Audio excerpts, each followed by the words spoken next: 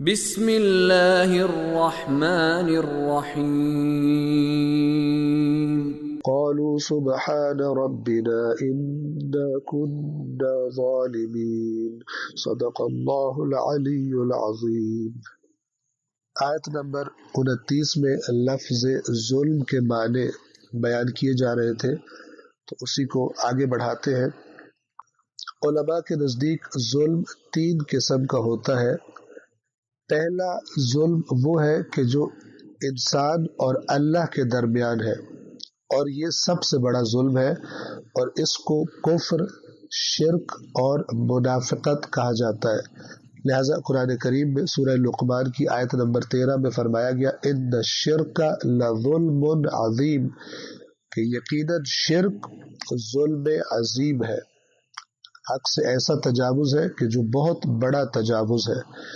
ظلم کی دوسری قسم وہ ہے کہ جو انسان کے اپنے اور دوسرے لوگوں کے درمیان ہوتی ہے، اور جس کے بارے میں سورہ شورہ میں فرمایا گیا وَجَزَاءُ سَيِّئَةٍ سَيِّئَةٌ مِثْلُهَا، اگر کوئی برائی کرے تو اس کا بدلہ اتنی ہی برائی ہے اگر لینا چاہو، لیکن فوراً فرمایا فَمَنْ عَفَا، اور جو معاف کرے وہ اصلحہ، اور اصلاح کر لے، تو یہ اللہ کو بات زیادہ پسند ہے، معاف کرنا زیادہ پسند ہے، لیکن وہ معافی حالت قدرت میں ہونی چاہیے۔ بے بسی کی حالت میں معافی اور کمزوری کی حالت میں دی جانے والی معافی اللہ مومن کے لیے پسند نہیں کرتا، اللہ مومن کو قوی اور طاقتور دیکھنا چاہتا ہے۔ لہذا فرمایا فَمَنْ عَفَا وَأَصْلَحَ فَأَجْرُهُ عَلَى اللَّهِ، تو اس کا اجر اللہ پر ہے۔ إِنَّهُ لَا يُحِبُّ الظَّالِمِينَ، اللہ ظالموں کو پسند نہیں کرتا، یعنی اگر کسی کے ساتھ زیادتی ہوئی تو وہ اتنی ہی کر سکتا ہے بدلے میں، لیکن اس سے زیادہ نہ کرے، اس سے زیادہ نہ کرے۔ لہذا مجھے یاد آ رہا ہے کہ، اور اس کا تذکرہ حتماً کرنا چاہیے، کہ امیر المومنین کے سر میں جب ضرب لگی تھی تو وصیت کرتے ہوئے اپنی پاکیزہ اولاد کو فرمایا تھا کہ اگر اس ضرب کے نتیجے میں میں دنیا سے چلا جاؤں تو اس کو بھی ایک ہی ضرب لگانا، اور آفرین ہے اس بات پر کہ اس حالت میں بھی اس شخص کی شقاوت اور پلیدی اور نجاست کے اتنا واضح ہونے کے بعد بھی اللہ کے قانون کی ایسی پاسداری کی جا رہی ہے کہ فرمایا جا رہا ہے کہ میرے بعد اس شخص کو ایک ہی ضرب لگانا، ایسا نہ ہو کہ تم یہ نعرہ لگاؤ کہ امیر المومنین کو قتل کیا گیا، امیر المومنین کو قتل کر دیا گیا، اور یہ کہتے ہوئے اللہ کے قانون سے تجاوز کرو اور کئی لوگوں کو اپنی تلواروں کی زد میں لے آؤ۔ جس نے مجھے ضرب لگائی ہے اسی کو ضرب لگانی ہے، اور وہ بھی ایک ہی ضرب، اگر اس سے مر جائے تو مر جائے، اور اگر بچ جائے تو پھر دوسری ضرب تم اس کو نہیں لگا سکتے۔ اور یہ وہی اللہ کے نبی کے فرمان کا نتیجہ ہے کہ قرآن اور میرے اہل بیت کبھی ایک دوسرے سے جدا نہیں پاؤ گے۔ جب قرآن نے کہہ دیا کہ جزاء سیئۃ سیئۃ مثلھا، کہ برائی کا جواب اتنی ہی برائی ہے، اور فمن عفا واصلح فاجرہ علی اللہ، اور جو معاف کر دے تو اس کا اجر اللہ پر ہے۔ تو مولا نے وہاں بھی فرمایا تھا کہ اگر میں زندہ رہ گیا تو پھر میں بہتر جانتا ہوں کہ میں کیا کروں گا، اور میں اسے معاف کروں گا۔ تو جو اگلا حصہ آیت کا کہ جو معاف کر دے تو اس کا اجر اللہ کے پاس ہے، تو مولا نے اس پر بھی عمل کیا اور یہ بات فرمائی، اور قرآن کہتا ہے کہ انہ لا یحب الظالمین، حد سے تجاوز کرنے والوں کو اللہ پسند نہیں فرماتا۔ ظالم یعنی جو جس چیز کی مقدار بنتی ہے یا اس کا مقام بنتا ہے اس سے کم کر دینے والے یا زیادہ کر دینے والے۔ ظلم کی تیسری قسم وہ ہے کہ جو انسان کی اپنے ساتھ ہوتی ہے، یعنی انسان اپنے ساتھ ظلم کرتا ہے، اور قرآن نے بہت سی جگہوں پہ اس کی طرف اشارہ کیا ہے،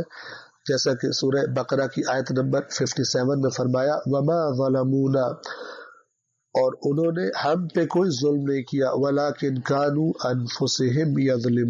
أَنفُسَهُمْ يَظْلِمُونَ، لیکن اپنے نفسوں پہ ظلم کیا کرتے تھے۔ جب ہماری نافرمانی کرتے تھے تو ہمارے اوپر اللہ پہ کون ظلم کر سکتا ہے، در حقیقت خود پہ ظلم کیا کرتے تھے، اور اپنے لیے جہنم کا راستہ تیار کیا کرتے تھے۔ اور اگر آپ غور فرمائیں تو یہ تینوں جو ظلم ہے، چاہے اللہ کے حق میں ظلم،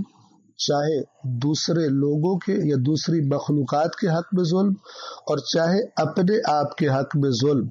اگر آپ ان تینوں قسموں کے ظلم پر غور کریں تو در حقیقت یہ سب کے سب پلٹتے ہیں اپنے آپ پر ظلم کرنے کی طرف۔ اللہ کے حق میں ظلم کرے انسان، حقوق اللہ کو ادا نہ کرے، حقوق اللہ کو ادا نہ کرے، اس کا نتیجہ خود بھگتنا ہے۔ انسانوں کے ساتھ اللہ نے جو رویہ برقرار رکھنے کا حکم دیا وہ نہ کرے اور انسانوں کے ساتھ ظلم کرے، انسانوں کے حقوق ادا کرنے میں کمی بیشی کرے، ان پہ تجاوز کرے، کسی دوسرے کا حق مار لے، تو اس کا نتیجہ بھی انسان کو خود بھگتنا ہے۔ لہذا یہ بھی اپنے آپ پر ظلم ہے۔ حقوق اللہ کا خیال نہ رکھنا اپنے آپ پر ظلم ہے، حقوق العباد کا خیال نہ رکھنا اپنے آپ پر ظلم ہے، اور جو اپنے لیے ظلم کرے انسان وہ تو پھر ہے ہی اس کے اپنے حق میں۔ اور ظلم کے مقابلے میں لفظ عدل استعمال ہوتا ہے، یعنی جس چیز کا جو مقام اور جو وقت بنتا ہے تو اس کو اسی مقام پہ رکھنا، نہ نیچے نہ اوپر، اور اسی وقت پہ اس کام کو کرنا، نہ پہلے اور نہ بعد میں، اسے عدالت کہا جاتا ہے۔ اور لفظ عدل اور لفظ ظلم ایک دوسرے کی ضد اور ایک دوسرے کے اپوزٹ شمار کیے جاتے ہیں۔ اور لفظ ظلم کا آپ نے دیکھ لیا کہ معنی وسیع ہے۔ اب یہ عرض کرتا چلوں کہ قرآن مجید میں جہاں بھی لفظ ظلم آئے وہاں پر یہ توجہ کرنی ہوتی ہے کہ وہاں پر کس چیز کو ظلم کہا جا رہا ہے، اور جس آیت میں جس گناہ کا تذکرہ کیا جا رہا ہو اگر اس کے آخر میں لفظ ظلم آئے تو مراد وہی ہوتی ہے۔ مثلا یہی آیت نمبر 29 سورہ قلم کی، اس میں کہا جا رہا ہے ہم ظالم تھے، ہمارا رب ہر عیب سے پاک ہے، ہمارے ہی غلط کام کا یہ نتیجہ تھا، ہم ہی ظالم تھے۔ کس چیز میں ظالم تھے؟ کہ ہم نے اپنے آپ کو مکمل با اختیار سمجھا، اللہ کو بھلا دیا۔ اللہ نے حکم دیا ہے کہ جب تمہیں رزق ملے تو مساکین کو دینا ہے، ہم نے سوچا تھا کہ ہم پلان بنایا تھا کہ ہم مسکینوں کو پاس بھی نہیں پھٹکنے دیں گے، لہٰذا ہم ہی ظالم تھے، ہمارے رب نے ہمارے اوپر کوئی ظلم نہیں کیا۔ اور جیسے قرآن کہتا ہے ان اللہ لا یظلم مثقال ذرہ، اللہ کسی ذرے کے برابر، اور مثقال ذرہ چھوٹا ترین ذرہ، اس زمانے میں چھوٹی ترین چیز کے لیے جب لفظ بولا ہوتا تھا تو یہ لفظ بولا جاتا تھا، تو خدا تعالیٰ فرماتا ہے کہ میں کسی پر ذرہ برابر بھی ظلم نہیں کرتا۔ اگر کوئی غلط نتیجہ نکلے گا تو وہ تمہارے اپنے ظلم کا غلط نتیجہ نکلے گا، خواہ اس دنیا میں ہو اور خواہ اگلی دنیا میں ہو۔ پس آیت نمبر 29 کے سادہ ترجمے کی طرف توجہ فرمائیں گے۔ قالوا سبحان ربنا انا كنا ظالمین، تو جب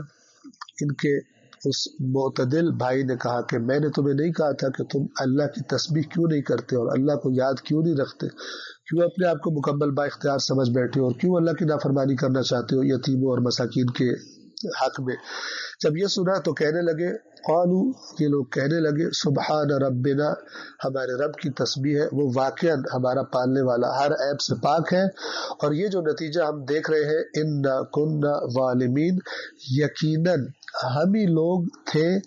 ظالم، اور یہ ہمارے ہی ظلم کا نتیجہ ہے۔ ہمارا پروردگار ہر عیب سے پاک ہے اور ظلم سے بھی پاک ہے، کسی پر ظلم نہیں کرتا۔ والسلام علیکم ورحمۃ اللہ وبرکاتہ۔